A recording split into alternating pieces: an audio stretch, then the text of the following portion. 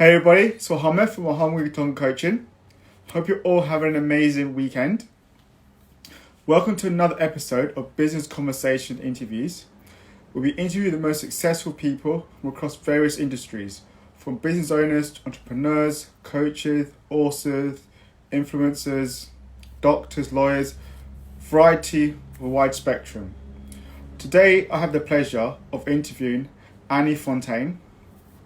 Now, Annie Fontaine is one of the leading coaches in the UK, and she's going to be sharing with us her expertise on how to increase your self-esteem, how to increase your performance, and also how to work around having a better relationship.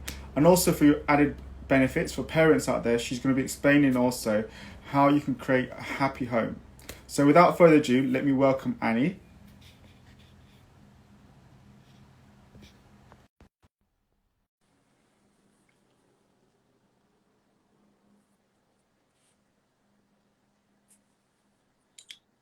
Hi, Annie.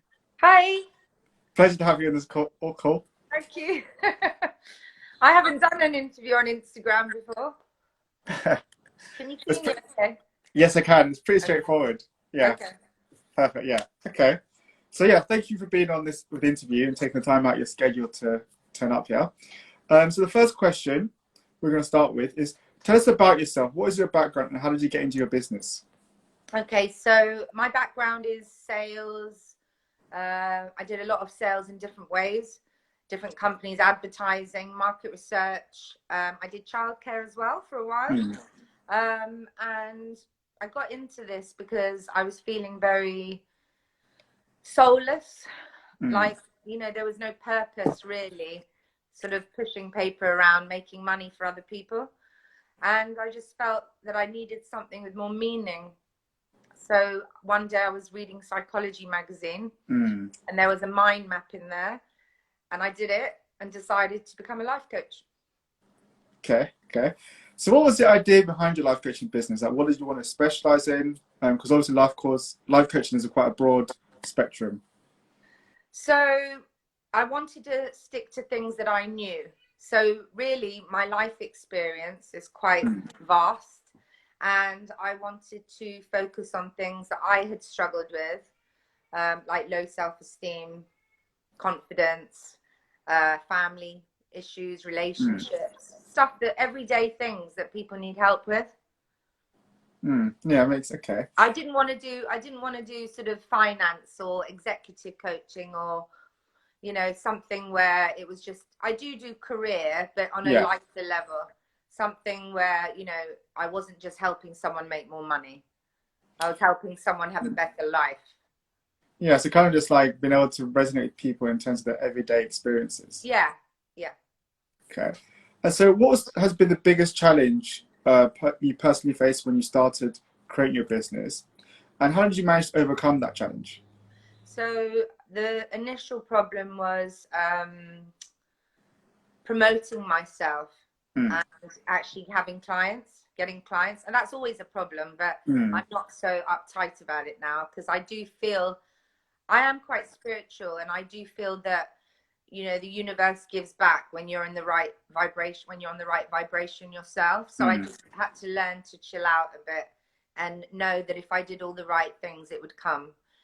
And confidence too, because in the early days, I was a bit of a nervous wreck with the first clients. Thinking more about how I looked and how I was coming across, and not really about the work. So, yeah, I had to overcome that. So it sounds as if, like, in the early stages, it was about learning how to manage your own internal mindset and manage your own behavior. Yeah, and sometimes now I used to make such a huge effort with how I looked before I saw a client, and now I only do it online anyway, even though I don't need to, but I prefer that. And I might just quickly chuck a shirt on and get ready, because I'm confident now in my ability. It's not about what I look like, it's my ability that matters. That's 100%. Getting the results for the Yes, client. 100%. It's all about the results. So what advice do you give to someone who is, thinking of creating their own business, but they're just too scared to make that first step? See a life coach. See a life coach, because, you know, in business, when you're starting your own business, there's some things you're good at and there's some things you're not. So you need to know, how can I give this task to somebody else? So for instance, like the marketing and, you know, that sort of thing, don't try and take it all on yourself. You know, delegate the different things and do what you're good at. So I don't like the marketing and the usual stuff. I just like the work when I'm in front of the client. Yeah, I think it's the big thing. Like a lot of business people, they instead of delegating, they try to take on everything themselves, and they end up feeling overwhelmed, stressed out, and failing. Yeah. So yeah, I think that's the key thing you're saying. That delegate and being able to take stock of what it is that you enjoy, what you're good at. Work towards your strengths. Yeah. Get like accounting. You don't have to be an accountant to have a business. Get an accountant, or find someone who can add up. You know, whatever. And so, what are the most common reasons why people come to you for coaching, and how can you help people? So it's always relationships. It's always communication, because actually once you master communication, a whole world opens up to you. And communication is stunted through personal hang-ups, low self-esteem, no confidence. People come to me for anxiety most of the time, and you know, they can't sort of see the wood for the trees because they're in it, they can't see it. So I help walk them through what they're going to do. And you know, we have a lot of aha moments because it's so simplistic. Life coaching is not rocket science, it's simplistic, but it's about directing someone. Whereas with a counselor, it's a lot of head nodding. They throw you a little bit here and there, but you might as well talk to a tree. So life coaching is a lot more, you know, I give them things to do, specific things to help overcome certain situations. Yeah, I totally understand. Like, I think a lot of people also downplayed the need of having a successful coach, and how it can really help them. Because I think most people will prioritize everything else, like investing in their bills, investing in their children, but they never really invest in themselves and see that a coach can take them to the next level. Most people don't have time. They don't have the time or the discipline to sit with a feeling, to sit with an emotion. Why am I feeling like this? What can I do? It's just you get up, go to work, come home, do. It's all action based for life, but not for mental life to improve. Everything else will improve once you deal with your own mental state. I like that. So, in a recent survey of 9,000 workers across various industries by an organisation called UK Workplace, they found that 7% of women suffer from lack of confidence, and 60% of men also suffer from lack of confidence. And I'll combine with those two, 65% of men and women said a lack of confidence stopped them from getting higher salary, being able to get more senior roles, or affecting emotional well-being. In your opinion, why do you think that people suffer from lack of confidence, and why so many are suffering from lack of confidence? I hate the old cliche of it all starts in your childhood, but it's logical. Of course it does. It starts in your childhood. If things are not, if you look at, you can have 3 kids in the same family and they will look at a situation differently. So it's about misconceptions, not seeing something clearly, and maybe fear, and also not being nurtured in the right way to have confidence, because it's not about being born with it, it's. So the family and the parents have a huge responsibility with that. If the parents are lacking confidence, you're probably going to lack in confidence because they don't know how to nurture you.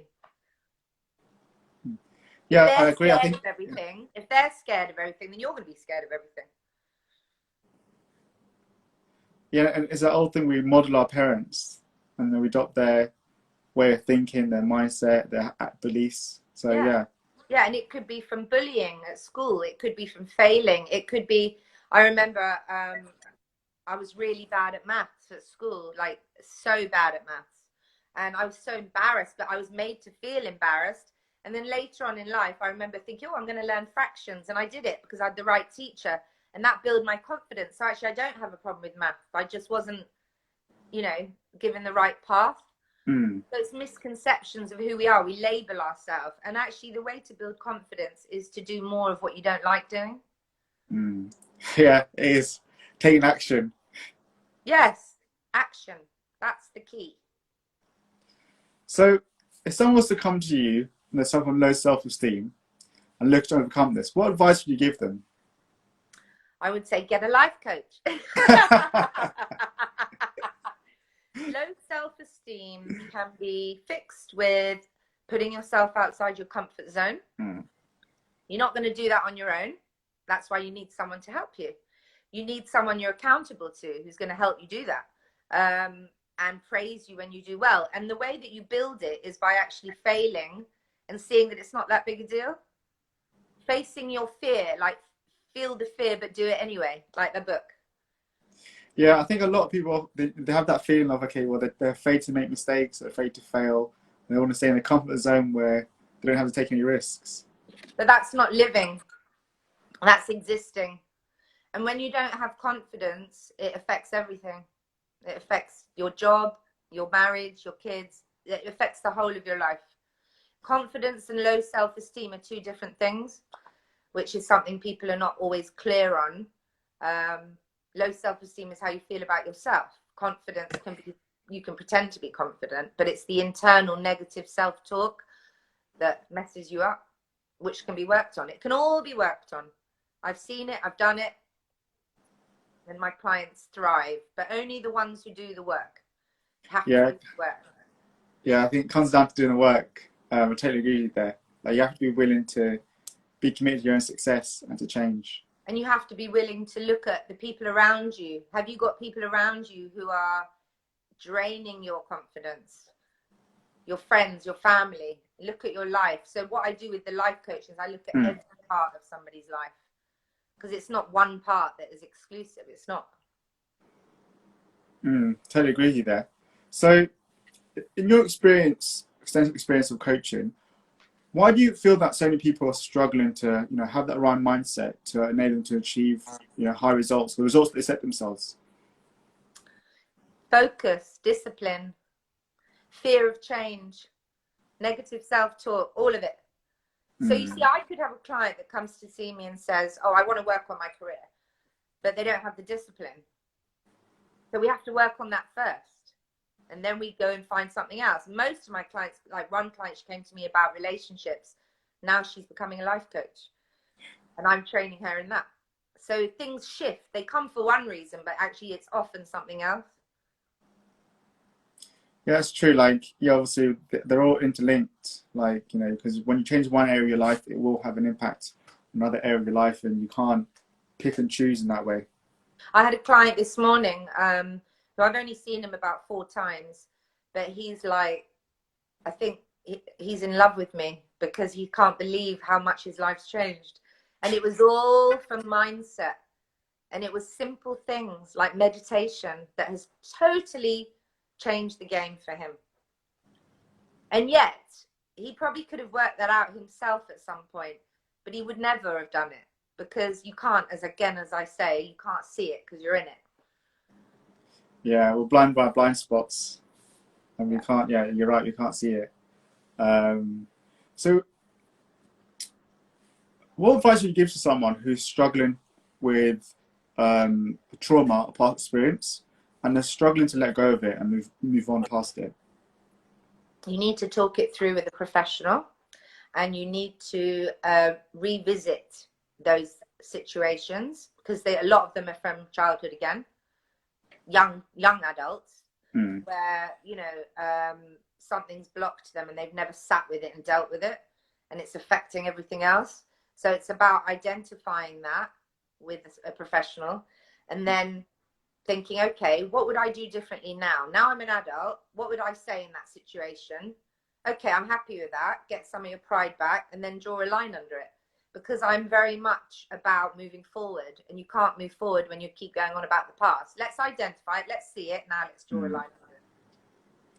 Yeah, I agree with that. You have to, it is kind of like breaking down the past and understanding why we act in the way you do and what's blocking you. Right.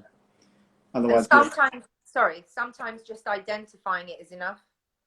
Yeah, yeah, and I think yeah, I noticed that with a lot of people, the way they struggle to just let go of the past. They're reliving that every day. Well, what a lot of people do is they label themselves. I'm this because it's their story. Mm. You call it their story. So let's change the story. Don't let that what's the word?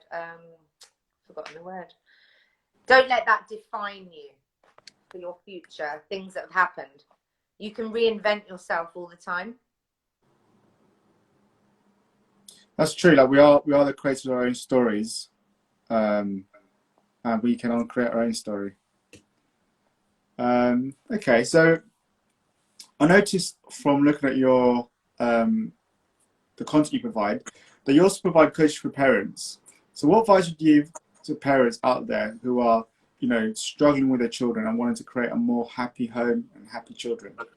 A lot of mistakes that parents make are things like the way they communicate with their children. Obviously, it's all, the ages are all different depending on, it's a different situation. But if, let's say, for example, your child is having a tantrum and they don't want to do something, just saying no, don't do that, isn't going to help, because they actually want to understand why. Give them those tools to make a decision themselves, to teach them to make choices. So it's not about the old fashioned because I said so. It's because if you do that, so like if a friend had hurt themselves or was upset, you wouldn't just fob them off, would you? And go, okay, well, and pretend it's not happening. And you would sit and say, oh, how do you feel about that? And that must have been hard for you. So it's about having empathy for them and then giving the rules with that, for the discipline. Do you get what I mean? Yeah. I think that yeah, it is a key thing, like having that empathy and discipline. You don't own your children. You don't own anybody. So don't treat them like a possession. Talk to them like little adult, they're people, aren't they? Yeah. So it doesn't mean you need to talk down to them. I don't talk down to my daughter. I will say to her, get down off of there, because when you hurt yourself, and this is what's going to happen, and a lot of it is about parents. They spend half their time telling their kids off. And then the kids rebel because it's a power struggle. So you're going to lose unless you change the way you talk to them. Yeah, I'm always amazed when I'm in a shopping centre and I see a mother or father shouting at their kid and they're totally blitting them, embarrassing them in front of everyone. Awful. I know my auntie, she used to say to her daughter, I'm going to pull your knickers down and smack you. It's like, really? Would you want to be spoken to like that? So we think that we have the right because we're their parents, and we don't. You're teaching them bad behavior in itself, the way you're behaving. Yeah, and it comes back to the modelling. We model what our parents do, so we'll then adopt the same beliefs and attitudes when we grow up and have children. That's right. Even though it's not right in your head, you're so programmed. So I can't stress enough the big honor and importance it is of being a parent. And a lot of parents don't get that. Either they're not emotionally able to because they have issues of their own. And it goes on and on and on, you see, and history keeps repeating itself. Someone has to stop. So the parents need coaching too. Everyone needs coaching. Well, I think it's true. Like, I think because Tony Robbins says everyone needs a coach, at least one. So, so I agree with that. I do. It's healthy. It's not counseling where you're saying you've got a problem. I don't do that. I don't do that kind of psychological deep. I do everyday things just to help people reach their goals and change mindsets and have a happier life. We all want to be happy. That's what we want at the end of the day. Yeah, 100% at the end of the day, we want our happiness. So mental health is a massive issue right now in society. And it's probably the flavour of the month, like, in terms of topic. So in your opinion, why do you think that so many people are struggling with mental health? And what advice could you give to people who are looking to manage their mental health and well-being? You need to look at all the areas of your life. So doing a mind map is quite helpful. So what am I struggling with? And then really think about it. So is it my relationship? Okay, what does that look like? What can I do about that? Keeping a diary is very, very big. because just getting your thoughts down on paper is such a huge thing. The trouble with all this is it's lots of little things that you have to do, and people think they can't. A lot of my clients have said to me, oh, you know, I'm doing it, but I don't know. And then suddenly, after a certain number of sessions, they'll go, oh, it's all coming together. I get it now. So you can't drop, say, if I say do some meditation, you can't go, I'm going to do it today, I won't bother tomorrow. You know, you've got to, these have to be life-changing skills that you use. Maybe you need to have positive affirmations around you forever. Maybe you'll always need to have listen to podcasts to make you happier. Maybe it's just the tools that you'll always need. Life is hard. That's why everybody's struggling, because it's, you know, we have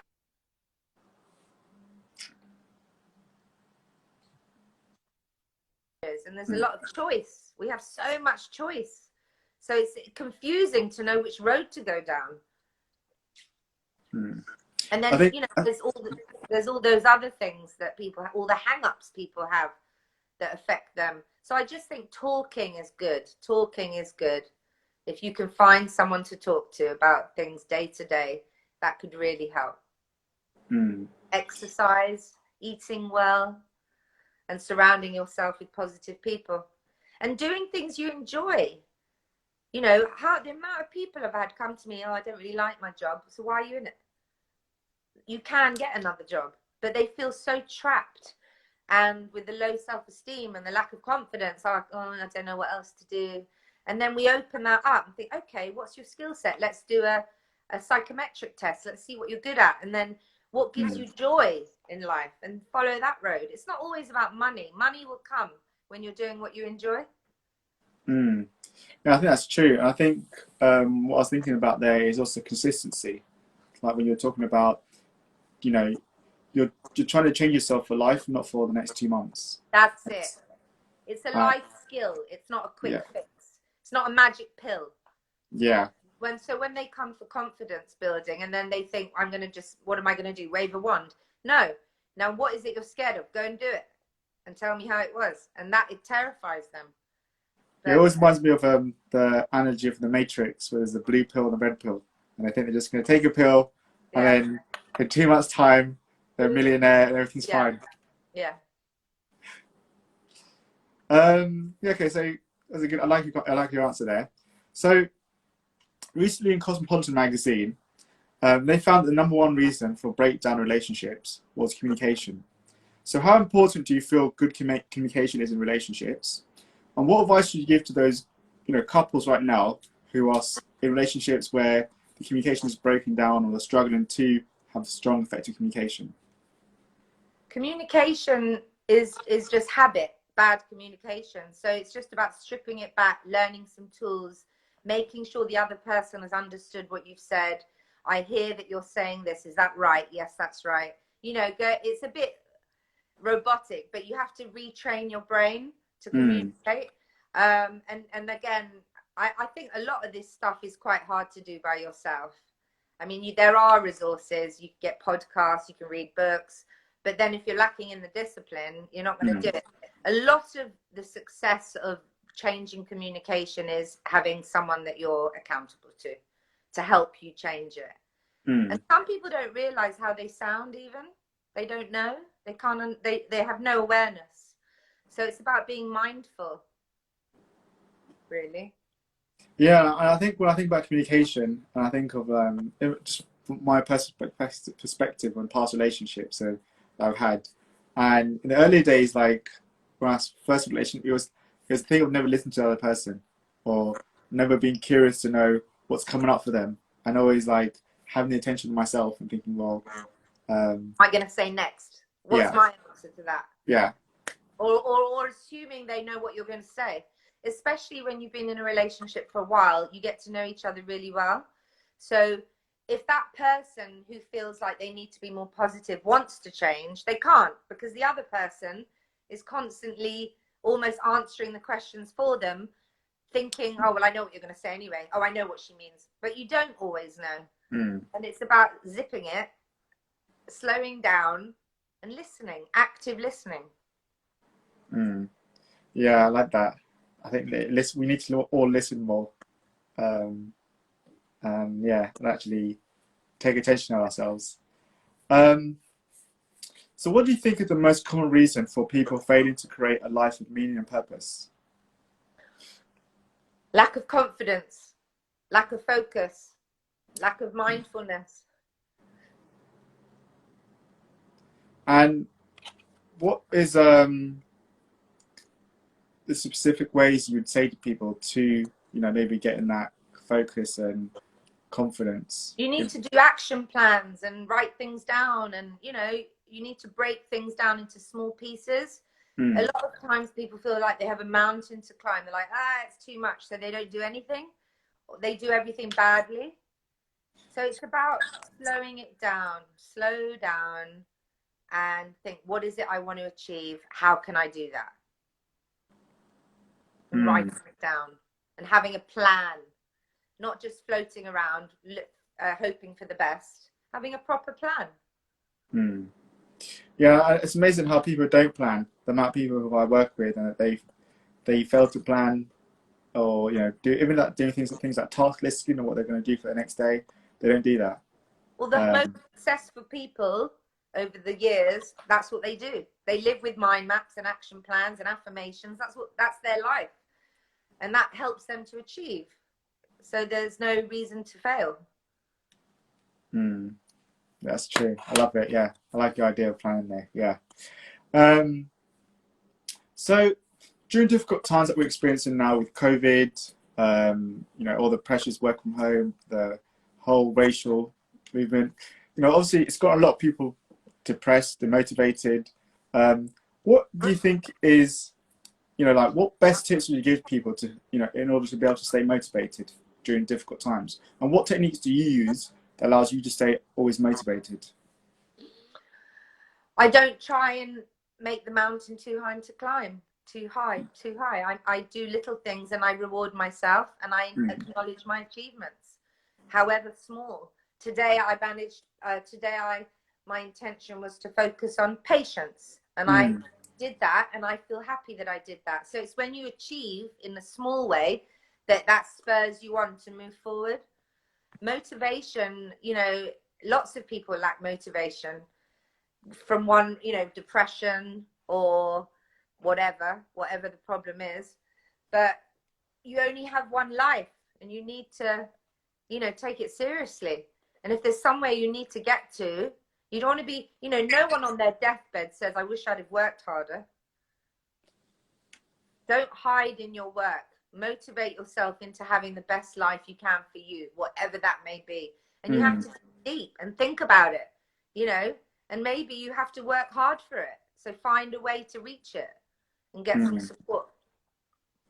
Yeah, I think it is. It is like, you need to, like you said, have the support networks, and also, have that clarity of what it is you're trying to achieve, and break it down into smaller chunks.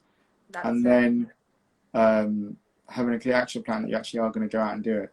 And reward yourself. Yes. For the small achievements that you do. Yes. I think a lot of people don't reward themselves, or they play down their successes. Yeah, like when people go to interviews, say, so, right, what are your, skills? Most people can't even answer that. They're like, ugh. But it becomes really personal suddenly, and they think, I don't want to sound like I'm showing off. Show off. What are your skills? A skill could just be communication. I'm really good at talking. I'm really good at listening. All those things are skills. We're not asking you to be, fly to the moon. We just want to know what your basic everyday skills are. And listening, not many people can do that alone. So if you can do that, it's brilliant. Yes, it is. I like that. It is like, it really is just celebrating yourself and be your biggest cheerleader. Yeah, exactly. I like that. So, obviously, in your extensive experience, there's a lot of stuff that's going to help you. Could you provide us with 2 or 3 resources, such as books or in podcasts or things you've watched, things you've seen, that can really help our viewers, that you recommend, that help them with things around like self-confidence or mindset or self-esteem? Yeah, I mean, there are some books you can just get on confidence building. You can do it at home, just from the bookshop or even from the library. and it just works you through different tasks that you need to do. So if you can't afford a life coach, you can do stuff on your own. But again, it's that discipline thing, isn't it? It's really hard to maintain it. You might start, you might not finish. I like to listen to The Power by Rhonda Byrne, because I just think that it really sets me up when I'm feeling negative. I put that on, and it's all about, you know, the energy and what you give off to other people you get back. And it's very true. You know, I've tried and tested it, and if I'm not feeling great, my day just deteriorates in so many ways. But if I can like snap it back and carry on and be upbeat and positive, it seems to attract what I need, and I get what I need from that and have a lovely day. So there are resources out there. So I think even if you couldn't afford lots of coaching, maybe just to have one session with someone to set you on the right path, and then you carry it on your own. It's definitely worth doing that. And I also tend to find that when people talk about books and resources, I think the best knowledge is life itself, is going out there and doing it. Because you can read, like I said, you can read a book, but there's only so much the book's going to show you, you know. Yeah, you need to live. You need to get out there and do it. You're right. And that's the issue, though, isn't it? It's quite frightening for some people. Yeah, definitely it is. So we know what you're good at. We know you're a successful coach. What's one thing in your personal life that you're not good at? I would say I invest a little bit too much energy after the sessions in my clients, where I'm feeling, I think about them and it affects me, and I might be lying in bed and I suddenly send them something that I thought, oh, this will help, and it could be 9 o'clock at night. So I can't seem to switch off and drop that, and then so I take on the emotion, which can be quite draining sometimes. You know, I have had a session, then felt like crying after them, you know, because I feel so sorry for that person, because I've connected with them over time. They're not my friend, but we've become close. You talk about personal things, and you do feel, you know, you just want to fix everything for everybody, but you can only do so much, and they have to do the work. So I don't tend to work with people who don't want to do the work, because it's not rewarding enough for me. Yeah, I remember talking to another friend who's a coach, and I was saying to her again, like, you know, she felt like downbeat because of, in a consultation, like, this woman was like, she asked the lady, like, on a scale of 1 to 10, how committed are you to your change? The woman said, well, probably a 1. Yeah, you know what I mean? But, okay. And I was saying to her, like, you got to work with people that actually commit to their own success, and that you feel that you come away from their session with, like, feeling energized, that you feel, okay, like, I've actually done something because you're in your purpose. And you're coming away. Sorry, carry on. No, I was saying, if you're coming away from a call and you're feeling drained and you're feeling negative and you hate coming to coach that client, then they're not the right client you should coach in. Totally. But you know what? It's funny you should say that, because I have actually turned that around. I have had the odd client where I literally want to fall asleep. It's just so not for me. And yet, because I get a bit like, I'm not helping them. That's what annoys me. I can't help them. So I do switch it up a bit, and I become a bit more brutal. And actually it has flipped around, and it has energized them in a different way. Because, you know, you're not their friend. You want to tell them the truth. You want to help them. And sometimes they don't like that to start with, because they're stuck in their ways. And then when you actually are quite harsh with them, and then they see that really is rewarding.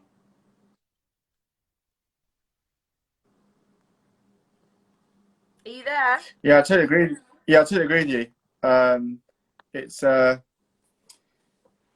It is, you know, I think that's one thing. I think for, you know, a lot of people, they need to, even whether it's coaching or in just life, they need to make sure that, you know, that they're surrounding people, themselves with people who are adding to their lives, that they're feeling nourished, they're feeling energized around certain people. And if you're constantly around someone, whether it's a coaching client or a friend or someone that they just drain your energy, you feel depressed around them, then I think it comes down to having to make that decision, like, should I be hanging on with this person? Well, I always say to my clients, well, before they become clients, I say, you got to do the work. This is what the work be. If you don't want to do it, there's no point starting. I'm quite harsh with that, so that they get it, because there's no point otherwise. You know, they think you're going to do all the work, but you're not. They're going to do the work, and that, I think that's probably. I mean, with counselling, you do the work too. And you're just breaking up. But it's not. It's not. And you broke up there. Counsellor. And you broke up there before you said, yeah. So, yeah, we hear you now. You broke up before. Yeah. I have a lot of people who come to me who have had counselling before, and they say it just hasn't helped. It hasn't helped because they haven't had the tools to do anything with it. They've just sat in a room and moaned for an hour every week. Yeah, I agree. I think that's a lot of times where people get confused between a coach and a mentor. You know, they think the coach is gonna do everything for them. Well, we're realistic. A coach is there to bring out their brilliance and help them understand that they know the answers already. And well, obviously, a mentor is going to do it for you. Those arrogant clients, those arrogant ones, I've had those too. But I love getting them back to reality. I do enjoy that. Guilty secret. So next question. So this is 2 questions in one.